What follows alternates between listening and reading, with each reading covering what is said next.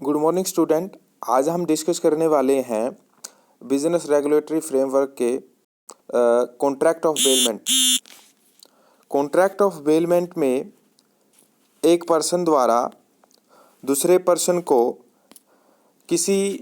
विशेष purpose से goods को transfer किया जाता है और जैसे ही वो पर्पस पूरा हो जाता है तो उस पर्सन द्वारा उस गुड्स को पहले वाले पर्सन को रिटर्न कर दिया जाता है। जो ये बेलमेंट है वो फ्रेंच वर्ड बेलर से आया है जिसका मीन्स है to deliver. In law of contract it's means delivery of goods. Under contract law only possession is pass on and not the ownership. Bailment में एक पर्सन द्वारा दूसरे पर्सन को जो गुड्स है वो डिलीवर की जाती है, उसमें उस गुड्स का पोजेसन ही ट्रांसफ़र होता है, उसकी ओनरशिप है वो ट्रांसफ़र नहीं होती है। वो ओनरशिप है वो जो पहला वाला पर्सन है उसी के पास रहती है। इंडियन कॉन्ट्रैक्ट एक्ट 1872 है, उसकी सेक्शन 148 है जो कि कॉन्ट्रैक्ट ऑफ बेलमेंट को डिफाइन करती है। कॉन्ट्रैक्ट ऑफ बेलमेंट में एक पर्सन द्वारा, जिसको हम बेलर बोलते हैं, और एक बेलर द्वारा एक गुड्स को किसी विशेष पर्पस से बेली की तरफ ट्रांसफ़र की जाती है और जैसे ही वो पर्पस पूरा हो जाता है वो गुड्स है वापस है वो बेली द्वारा बेलर को वापस कर दी जाती है। तो कॉन्ट्रैक्ट ऑफ बेलमेंट में दो पार्टीज़ हैं, बेलर और बेली। बेलर वो व्यक्ति है जिसके द्वारा गुड्स को ट्रांसफ़र किया जा रहा है और बेली वो व्यक्ति है जिसके द्वारा उस गुड्स की डिलीवरी ली जा रही है। तो एक बेलमेंट कॉन्ट्रैक्ट में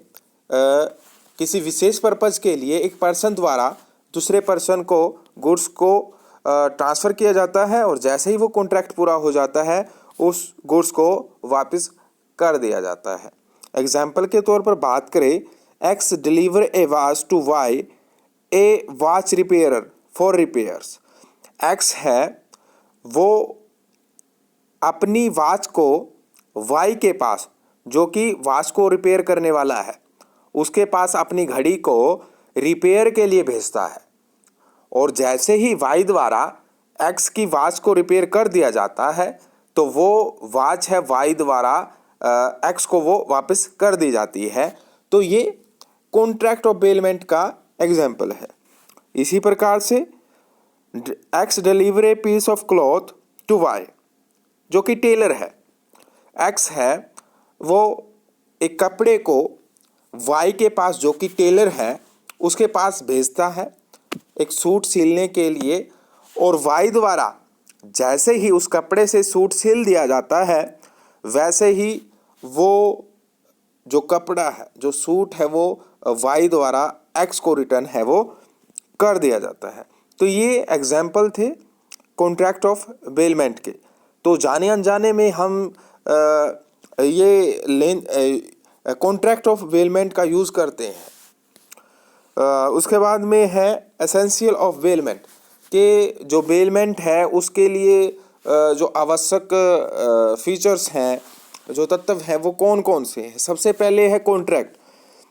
the first condition is that there must be a contract between the two parties for the delivery of goods. Such contracts may be express और इम्प्लाइड, रिटन और ओरल। कि जो कॉन्ट्रैक्ट ऑफ बेलमेंट के लिए सबसे पहली condition है कि कॉन्ट्रैक्ट ऑफ बेलमेंट में सबसे पहली कंडीशन है कि वो कॉन्ट्रैक्ट होना चाहिए। एक कॉन्ट्रैक्ट के लिए जो बेसिक चीज़ है कि उसमें प्रपोजल होगा और उसको उसकी एक्सेप्टेंस होगी, तब उसके बाद में वो कॉन्ट्रैक्ट बन पाएगा। तो इसी प्रकार से कॉन्ट्रैक्ट ऑफ बेलमेंट में भी जो एक कॉन्ट्रैक्ट में मेन एलिमेंट्स होते हैं वो सारे के सारे बेलमेंट में भी होने चाहिए। उसके बाद में डिलीवरी ऑफ पोजेशन के कॉन्ट्रैक्ट ऑफ बेलमेंट में गुड्स है वो उसका पोजेशन है, एक पर्सन से दूसरे पर्सन को ट्रांसफ़र होता है, लेकिन उसकी ओनरशिप है वो ट्रांसफ़र नहीं होती है, उसकी ओनरशिप है वो बेलर के पास ही रहेगी, यानी जो गुड्स को डिलीवर कर रहा है उसी के पास उसकी ओनरशिप रहेगी, लेकिन पोजेशन है वो बेलर से बेली की तरफ है वो ट्रांसफ़र होता है। नेक्स्ट है delivery should be made upon a contract, there is no bailment where the delivery of goods is without contract, there is no bailment where the delivery of goods is without contract, कि जहाँ पर goods की delivery है बिना किसी contract के की जा रही है तो वहाँ पर हम कॉन्ट्रैक्ट ऑफ बेलमेंट है उसको हम नहीं मानेंगे। नेक्स्ट है डिलीवरी फॉर स्पेसिफिक पर्पज़, कि बेल कॉन्ट्रैक्ट ऑफ बेलमेंट में गुड्स का पोजेसन एक पर्सन से दूसरे पर्सन को होता है तो वो किसी ना किसी स्पेसिफिक पर्पज़ के लिए होता है, और जैसे ही वो पर्पज़ पूरा हो जाता है तो कॉन्ट्रैक्ट ऑफ बेलमेंट है वो पूरा हो जाता है। उसके बाद में रिटर्न ऑफ द गुड्स, कि जैसे ही जिस पर्पज़ के लिए बेलर ने बेली के पास गुड्स को ट्रांसफ़र किया है वो पर्पज़ पूरा हो जाता है, वैसे ही बेली द्वारा उस गुड्स को रिटर्न कर दिया जाता है बेलर को। अब हम बात करते हैं kinds of bailment on the basis of benefit exclusive for the benefit of baler, कि ऐसा बेलमेंट जो बेलर के बेनिफिट के लिए किया जाता है, exclusive for the benefit of the bailee, जो बेली की बेनिफिट के लिए किया जाता है contract of bailment. On the basis of reward gratuitous bailment, goods are delivered by the bailor to the bailee and neither bailor और nor the bailee is entitled for the remuneration, कि ऐसा contract of bailment जहाँ पर ना तो बेली और ना ही baler को किसी प्रकार की रेम्यूनरेशन नहीं मिलने वाली है, तो वो है ग्रेटुइटियस बेलमेंट। उसके बाद में है नॉन ग्रेटुइटियस बेलमेंट, आइदर बेलर और बेली is entitled for a remuneration, कि एक ऐसा बेलमेंट जहाँ पर या तो फिर बेलर को रेम्यूनरेशन मिलेगी या फिर आपके बेली को रेम्यूनरेशन मिलेगी, तो वो है नॉन ग्रेटुइटियस बेलमेंट। उसके बाद में है ड्यूटीज़ ऑफ द बेलर, कि जो कॉन्ट्रैक्ट ऑफ बेलमेंट है उसमें बेलर की ड्यूटीज़ है वो कौन कौन सी हो सकती है। तो सबसे पहली ड्यूटीज़ है टू डिस्क्लोज द फॉल्ट, कि बेलर द्वारा जो गुड्स है बेली को ट्रांसफ़र की जा रही है तो बेलर की ड्यूटी बनती है कि उस गुड्स में यदि किसी प्रकार का कोई डिफ़ॉल्ट है, उस गुड्स में किसी प्रकार का डिफ़ॉल्ट है तो वो बेली को इस बारे में बता दे। तो बेलर की ड्यूटी बनती है कि यदि किसी प्रकार का जो गुड्स है बेलमेंट के कॉन्ट्रैक्ट में ट्रांसफ़र की जा रही है तो वो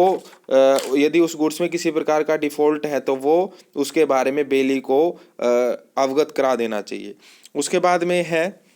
टू रिपे नेसेसरी एक्सपेंडिचर, के यदि किसी प्रकार का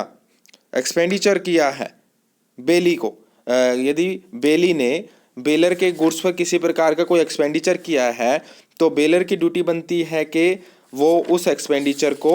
पे कर दे। उसके बाद में है to repay extraordinary expenditure, कि यदि बेली द्वारा कोई एक्सपेंडिचर किया गया है, बेली द्वारा बेलर के गुड्स को सही तरीके से रखने के लिए, उसकी पूरी केयर करने के लिए यदि बेली द्वारा किसी प्रकार का कोई एक्सपेंडिचर किया गया है तो बेलर की रिस्पॉन्सिबिलिटी बनती है कि वो सारे के सारे एक्सपेंडिचर है वो पे कर दे। उसके बाद में टू इंडेमनीफाई बेली, कि यदि बेलमेंट में ट्रांसफ़र किए गए गुड्स की वजह से बेलर का कोई नुकसान होता है तो बेलर की रिस्पॉन्सिबिलिटी बनती है कि वो उस नुकसान की भरपाई है वो कर दे। उसके बाद में है जैसे बेलर के राइट्स ड्यूटीज़ हैं वैसे ही बेलर के राइट्स भी हैं। तो इसमें है आपका सबसे पहले right to get back the goods, कि यदि जिस पर्पज़ के लिए बेलर ने बेली को वो गुड्स ट्रांसफ़र की गई है और जैसे ही वो पर्पज़ पूरा हो जाता है तो बेलर का राइट्स बनता है कि वो उस गुड्स को वापस है वो ले सकता है। उसके बाद में right to terminate the contract, कि यदि right to terminate the contract, के जिस पर्पज़ के लिए बेलर द्वारा बेली को गुड्स ट्रांसफ़र की गई है और बेली द्वारा उस पर्पज़ के अलावा उस गुड्स को यूज़ किया जाता है, तो बेलर के पास राइट है कि वो उस कॉन्ट्रैक्ट को कभी भी टर्मिनेट है वो कर सकता है। उसके बाद में एक्सपेंसेस ऑफ सेपरेशन, कि यदि बेली द्वारा टाइम से पहले ही कॉन्ट्रैक्ट को ख़त्म कर दिया जाता है और इसकी वजह से बेलर को कुछ नुकसान होता है, और क्योंकि बेली के पार्ट्स से ही कॉन्ट्रैक्ट है वो ख़त्म किया जा रहा है, तो इस केस में बेलर के पास अधिकार है कि वो उस केस में कंपनसेट है वो करवा सकता है। उसके बाद में है कंपनसेशन फॉर गुड्स, के बेली द्वारा बेलर द्वारा जो गुड्स है बेली को दिया गया था, और उस गुड्स को कंपनसेशन फॉर द गुड्स, उस गुड्स को बेली द्वारा है वो ठीक तरीके से नहीं रखा गया, और उसकी वजह से बेलर का जो गुड्स है उसमें किसी प्रकार की खराबी आ जाती है, नुकसान होता है बेलर का, तो वो सारा का सारा नुकसान है वो कंपनसेट करवा सकता है बेलर बेली से। उसके बाद में राइट टू शेयर प्रॉफिट, के बेलर द्वारा जो गुड्स है बेली को ट्रांसफ़र की गई है और उस गुड्स में किसी प्रकार की बढ़ोतरी होती है, उससे कोई प्रॉफिट होता है, तो बेलर का अधिकार बनता है कि उस प्रॉफिट में से वो पार्ट है वो बेली से ले सकता है, क्योंकि अल्टीमेटली ओनरशिप किसकी है? बेलर की है। वो गुड्स है बेलर की है, हालांकि उसका पोजेशन है वो बेली के पास है, लेकिन गुड्स पर ओनरशिप है बेलर की है, तो जो भी प्रॉफिट होता है उस गुड्स से, तो उस प्रॉफिट में हिस्सा ले सकता है बेलर। उसके बाद में है compensation for delay in A time, कि यदि कॉन्ट्रैक्ट ऑफ बेलमेंट में टाइम है वो मेन एलिमेंट है, कि कोई पर्पज़ है वो एक टाइम में पूरा किया जाना था, लेकिन बेली द्वारा उसको टाइम पर पूरा नहीं किया जाता है, और इस वजह से यदि बेलर का कोई नुकसान होता है तो इस केस में बेलर है वो बेली से कंपनसेट है वो करवा सकता है। उसके बाद में right and duties of the बेली, सबसे पहले इसका राइट्स हैं बेली के टू रिकवर डैमेज, के यदि किसी प्रकार से कोई नुकसान होता है बेली को, तो वो रिकवर करवा सकता है बेलर से। रिकवरी ऑफ एक्सपेंसेस, कि यदि बेली द्वारा बेलर के गुड्स को केयर करने में किसी प्रकार का एक्सपेंडिचर बेली द्वारा किया गया है, तो वो एक्सपेंडिचर है वो बेलर से ले सकता है। उसके बाद में है रिकवरी ऑफ द कंपनसेशन, यदि बेली को किसी प्रकार का नुकसान हुआ है, यदि बेली को किसी प्रकार का नुकसान हुआ है, तो वो नुकसान के लिए बेली है वो बेलर को नुकसान की भरपाई के लिए बेली बेलर को बोल सकता है। उसके बाद में right of the action against the third parties, के यदि टाइटल है वो अच्छा नहीं है बेलर का और इस वजह से कोई नुकसान होता है, थर्ड पार्टी द्वारा किसी प्रकार केस कर दिया जाता है, तो उस केस में थर्ड पार्टी तो इस केस में वो कंपनसेट वो है वो करवा सकता है, बेली है वो बेलर से कंपनसेट है वो करवा सकता है। उसके बाद में है ये तो थी राइट्स। ड्यूटीज़ क्या बनती हैं बेली की?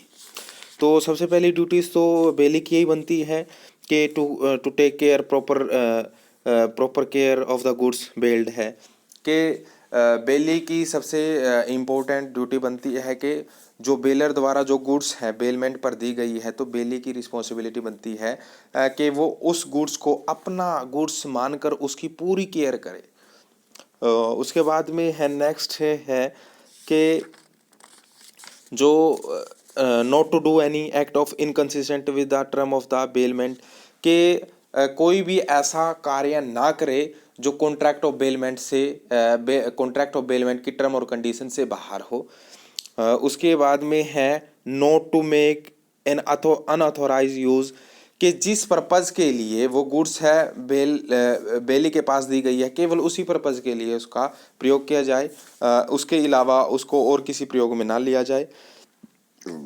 उसके बाद में है not to mix bailor goods with his own goods, के बेली की रिस्पॉन्सिबिलिटी बनती है कि वो जो कॉन्ट्रैक्ट ऑफ बेलमेंट में जो गुड्स आया है उस गुड्स को अपने गुड्स के साथ है वो मिक्स ना करे। तो आज हमने कॉन्ट्रैक्ट ऑफ बेलमेंट के बारे में डिस्कस किया है। कॉन्ट्रैक्ट ऑफ बेलमेंट में एक पर्सन द्वारा दूसरे पर्सन को किसी विशेष पर्पज़ के लिए गुड्स को ट्रांसफ़र किया जाता है और जैसे ही वो पर्पज़ पूरा हो जाता है तो वो गुड्स है वो रिटर्न है वो कर दी जाती है।